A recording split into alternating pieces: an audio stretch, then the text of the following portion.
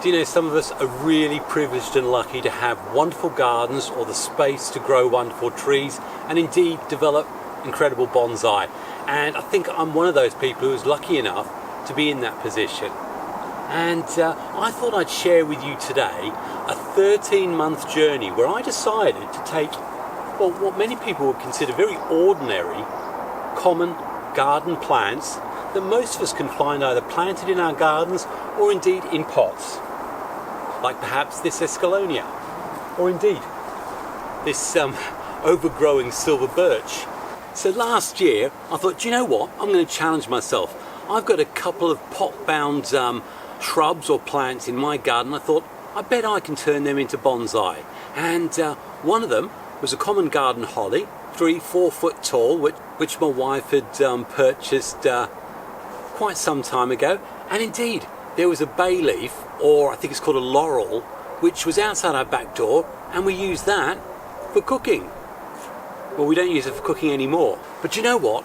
If you want to see what I've done with the common garden holly, and whether indeed in 13 months I have turned it into a credible start for a bonsai, and a few other things too, then I think this is a journey you're going to enjoy sharing with me.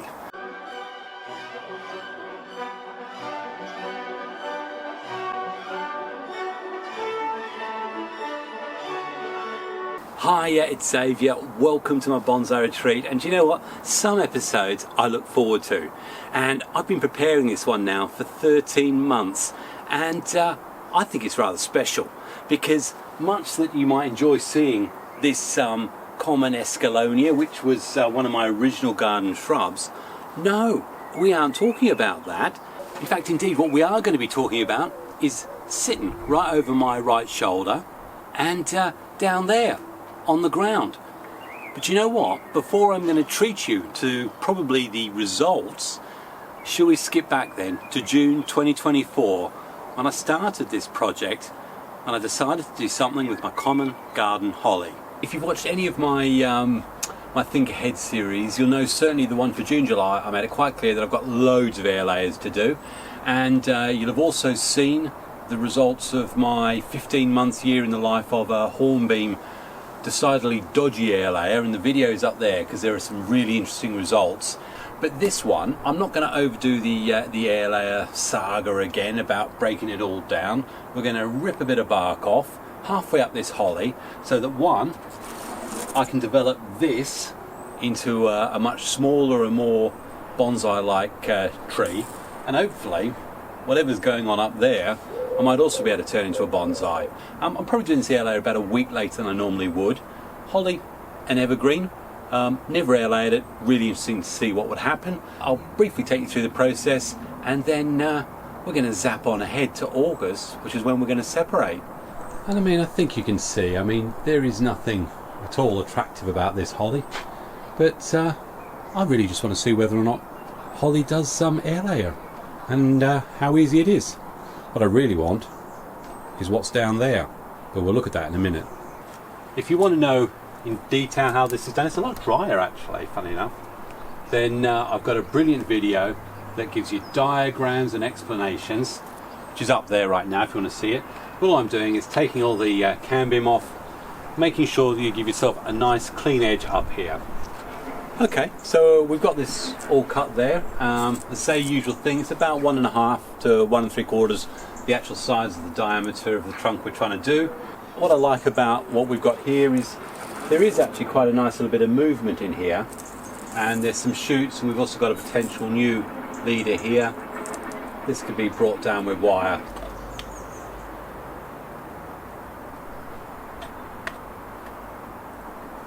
And as I say, the usual warning, it is carcinogenic, so do wear gloves or apply with a brush or something like that. It's all DNA type stuff, so it alters the DNA of the plant or whatever to create new roots, I don't know. So be careful. We want a nice load of it on here. Well, there's the Airlayer on. You know that what I always do is put a few holes in the bottom. I'll put this in a sort of semi-shaded part of the garden so it gets some light, but definitely doesn't get the midday heat. And I use the tin foil purely as a means to stop algae forming on the inside of the clear plastic. Now, I'm happy with the Airlayer there. Whatever happens up there would be an interesting experiment, but really what I'm actually interested in is what I can do with this. It's got some lovely movement and shape on this trunk. There's some buds that are coming from different points that I think are going to be absolutely fantastic when I'm taking this thing forward. We've also got this incredible Cotoneaster that, again, I had this habit of just chucking cuttings in there, and this has really developed into an interesting growth down here, so that's probably going to be coming out. Right, well, it's the 24th of July now, and you know, I could be very tempted to have a look at the Airlayer and see how it's getting on. But what I do want to do today, because I'm really not going to bother for at least another 4 weeks, is point out some of the positive signs that this tree is actually responding or reacting to the damage I did there to it. Let's get in close and see first of all what's happening down here, which is very encouraging. The tree has recognised that it now isn't feeding much upstairs and is trying to put out new growth lower down so that it can survive the rigours of the next few years. So we've got new budding coming from here, something behind, here, loads here, and loads here. And what that means is that my idea of having a new tree that's maybe 1.5 foot tall is going to work to fruition. So I've got lovely movement in the trunk. I've also got loads of new branches that when I do the separation is going to give me exactly what I need to build a new bonsai. Right, well, it's the 4th of September now. The Airlayer has been on certainly for June, July, August, 3 months. And looking around it, yes, the tin foil's gone off. It's because I wanted to see if there are any root tips coming out, but I'm not seeing anything around it. And I'm also not seeing any obvious growth from anything above. I've got a funny feeling that's telling me the Airlayer hasn't taken, so I think we should have a look and then decide what to do next. So let's get this baggie off and find out the truth. Probably the easiest things to do, bearing in mind I'm not going to be holding it on any longer, is to consider see if we can do a separation.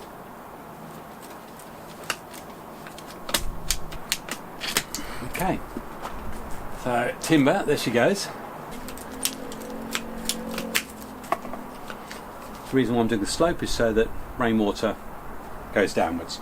I'm just going to put some petroleum jelly on that. There we go, it should be enough just to seal it and keep all the nasties out while it's recovering. So here it is. Do we have any roots? Well, let's have a look. I mean, the reason why I'm suggesting not is across the tree we haven't really had lots of new growth. There's stuff sprouting up here. Now I'm not seeing anything at all. The actual ball is fairly, yeah, it's rotating around it. If you come in really close, you can actually see some little micro roots just starting to form there. And here as well. So clearly what this could do with is another 6 months or so. And if I was really interested in that, I'd have taken a different Airlayer, to be honest. But for those of you who are looking at holly, the suggestion I would give you is keep it on right through till the following spring. What I'm going to do here is put it in some soil, reduce a lot of this structure and see what happens.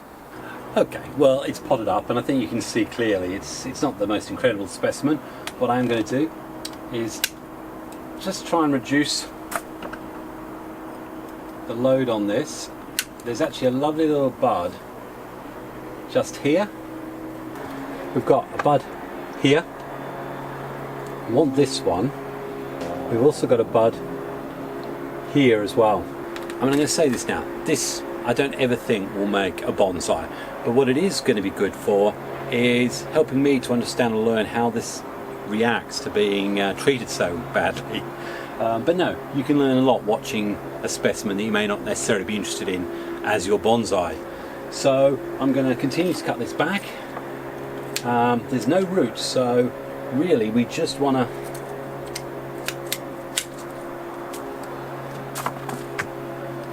take the load off it and potentially try and decide where the tree's going to come from if we go for one. just a few leaves on there. There's no roots down there to support it, so I'll be very, very interested to see how it responds.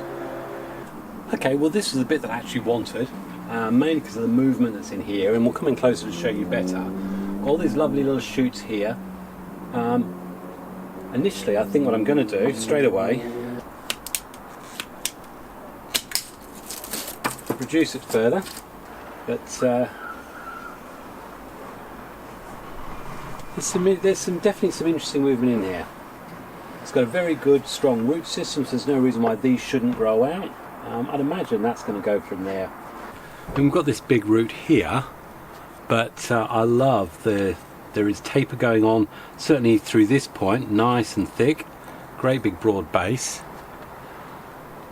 Right here we've got a Cotoneaster that I planted as a cutting, hiding what's going on in there. I have to dig this out as well, but again it's quite a nice base there with movement quite low in. I like it. And even here got another little cutting that's came from the Escallonia.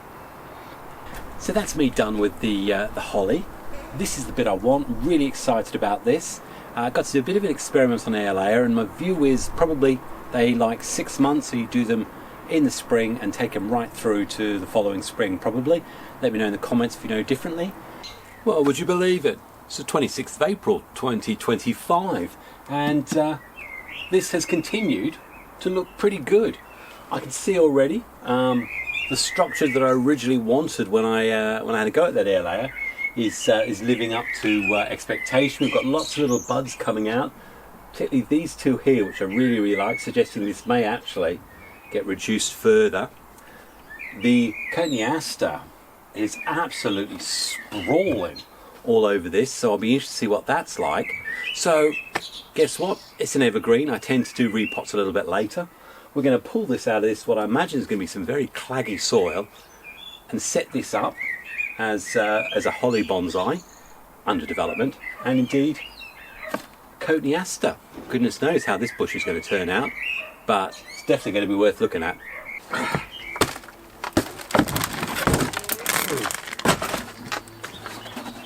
Came out nice and clean. Got loads of stones. It's a fine mesh root system there. So let's just work this out. Now I've got a bucket of water beside me because I'll be taking out these little Cotoneasters as well. The soil is very, very easy. I think I can work the root rate through on this one. I'm certainly not going to bother cutting. So I've got this lovely fine network of healthy roots here. But that soil, mainly pretty organic compound, and I think I remember doing the pot of this certainly several years ago. Okay, there you go. So there's the cutting for the Escallonia. Okay, well I've gone to town, and down below me I've got a holly with, I'd probably say, a reasonable set of nice fine roots on it. Certainly enough for me to be developing it, and the only question is, do I really want that?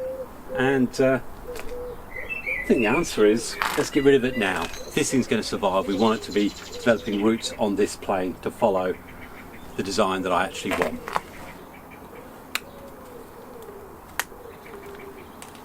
Might even try and make a root cutting from that, so I'll plonk that into a bucket of water. Now I've chosen to put it into this quite big glazed pot, and the reason is I imagine I'm going to be keeping it in here quite some time. So really what we want to make sure is we get rid of any roots that are going to potentially be problematic.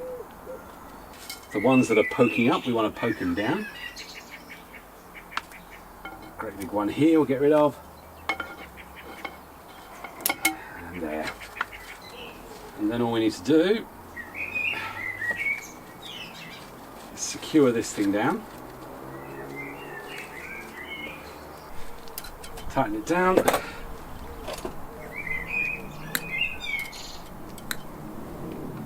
And then all we need to do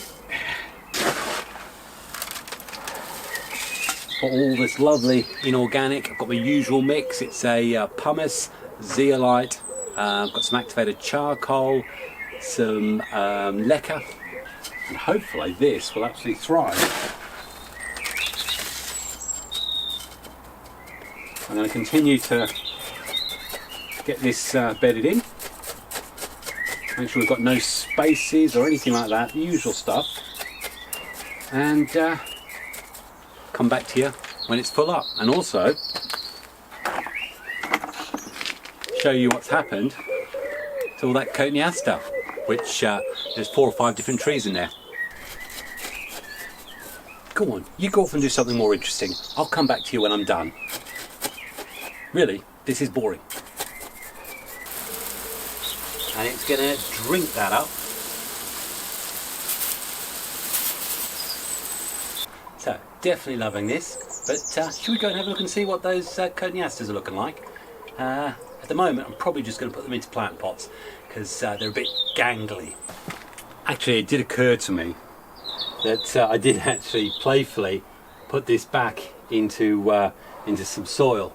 And this is looking potentially dead up here, although there is a degree of flexibility, and on the end here potentially we've got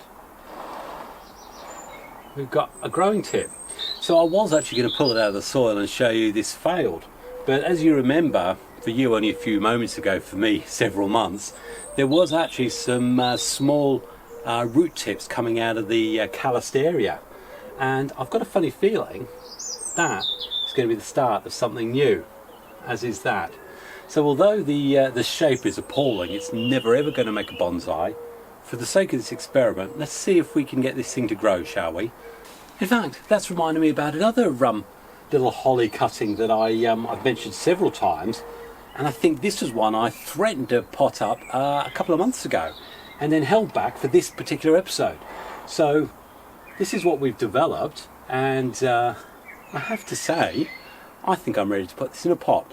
Okay, well, I've decided to go for a pond basket because I've got loads of them and they seem to be working out quite well with my maples. There we go.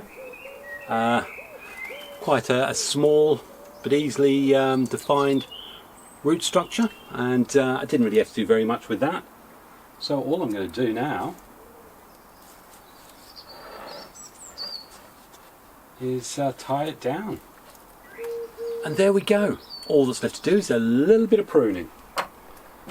So, what do we not want? We don't want that one there, or that one there. We don't want that one going up there. And we probably don't want all that length. So we've got that there. See what happens. Again, what happens is you get budding coming from these leaf junctions. They're very, very prickly, believe it or not, Holly. Let's remove, oh my gosh, now these are very, very old. Let's remove this.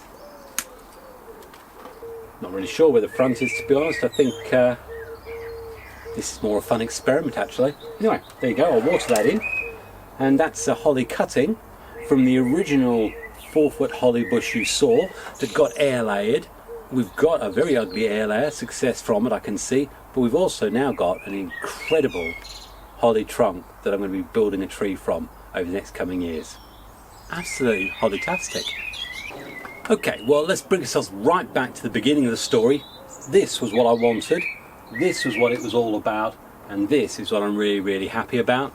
The fact that I've also got a cutting, the fact that I've got a very, very ropey airlayer top, always knew it would be, but who knows what it'll look like in a couple of years.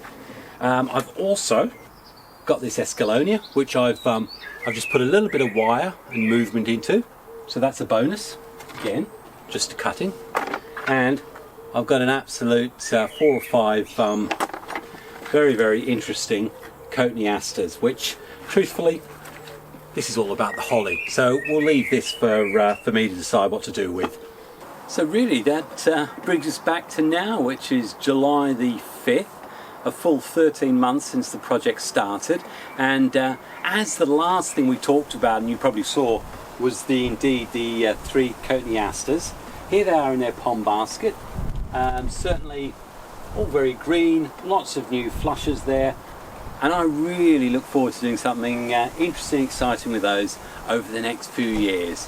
But truthfully, they got some growing to do. And in fact, before we get the big reveal on the holly itself, shall we go back and have a look at the other things? In particular, I think we all want to know how that failed Airlayer got on. Well, here it is, and wow, I'm really quite excited to be showing this to you because it didn't disappoint. All those lovely growing tips. I think I showed you some beautiful growing tips here and here and down there. Well, guess what? They ain't growing tips no more. This never really made it, and be interesting to see because there are actually some roots which I'm just going to show you now. Took me by surprise. I think you can clearly see we've got roots, quite moist ones, spreading all the way around. And if this was much more of a nice example, I may well consider doing something.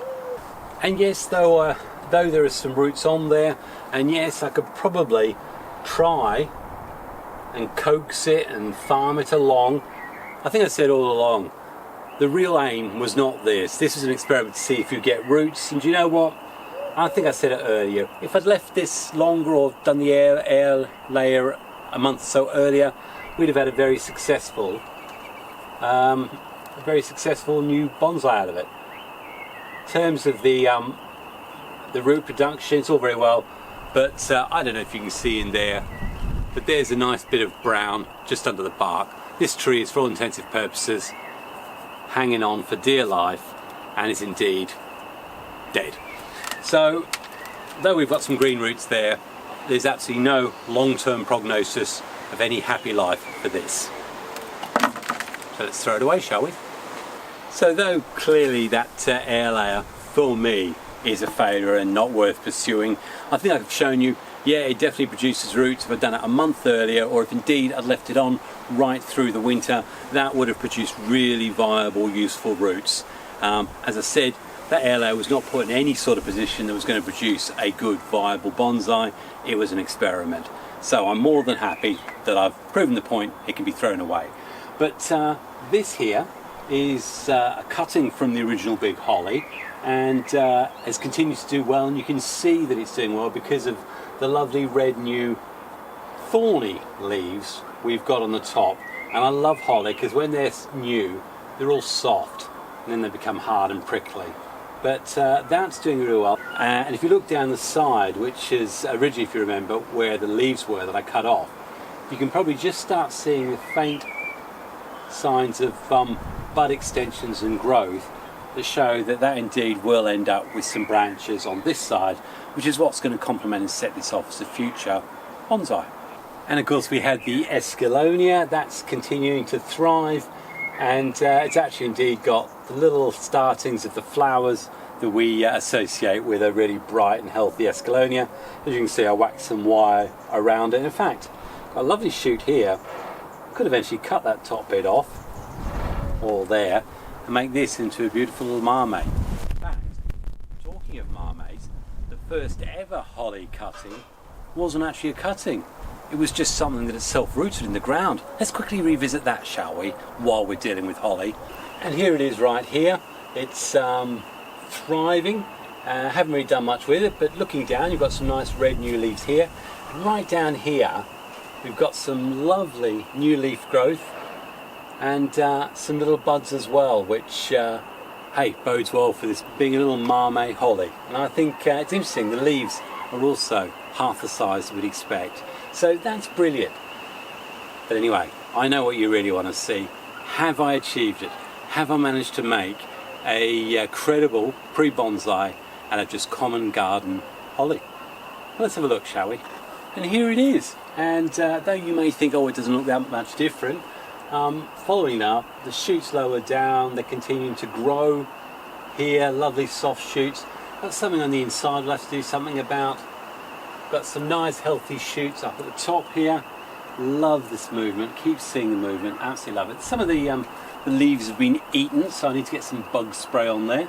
But in terms of survival, it most definitely has done that. And you know, it doesn't matter how you look at it, some more buds coming from here. The movement in this is going to make for an incredible bonsai. And I don't know, maybe the front somewhere in here. So many different alterations. And I know one thing you're going to say, the taper. There's absolutely no taper at all. But for that movement, I don't care. I could easily, we've got a shoot from here and shoots from here. Maybe we remove that top section. Maybe that might be another attempt at an air layer. Don't know, you tell me. But in terms of, has that been a success? Have I started a journey of a common garden plant and turned it into a bonsai? Well, I think it's there. I think the basic trunk is there. We've got the shoots, and it's cost absolutely nothing. It's come from the garden. It was dug up 6, 7, 8 years ago, and it went from being a pretty mundane, ordinary, boring-looking holly to what I think is going to be a bit of an eye-catcher. So all that's left to say is, I haven't forgotten. I promised you the Scots pine. I promised you this trident maple. In fact, the Bonsai Retreat is full of promises to you of things that I plan to show you. But I've only got so much time. You don't want to miss all that sort of stuff? You need to subscribe, hit bell notifications, select all, thumbs up, share all the wonderful stuff that our YouTube algorithm loves and makes us happy too. Thank you so much for all your support. I do appreciate it. Apart from that, that's a wonderful video to see. All the best, happy bonsai, and God bless. Cheers.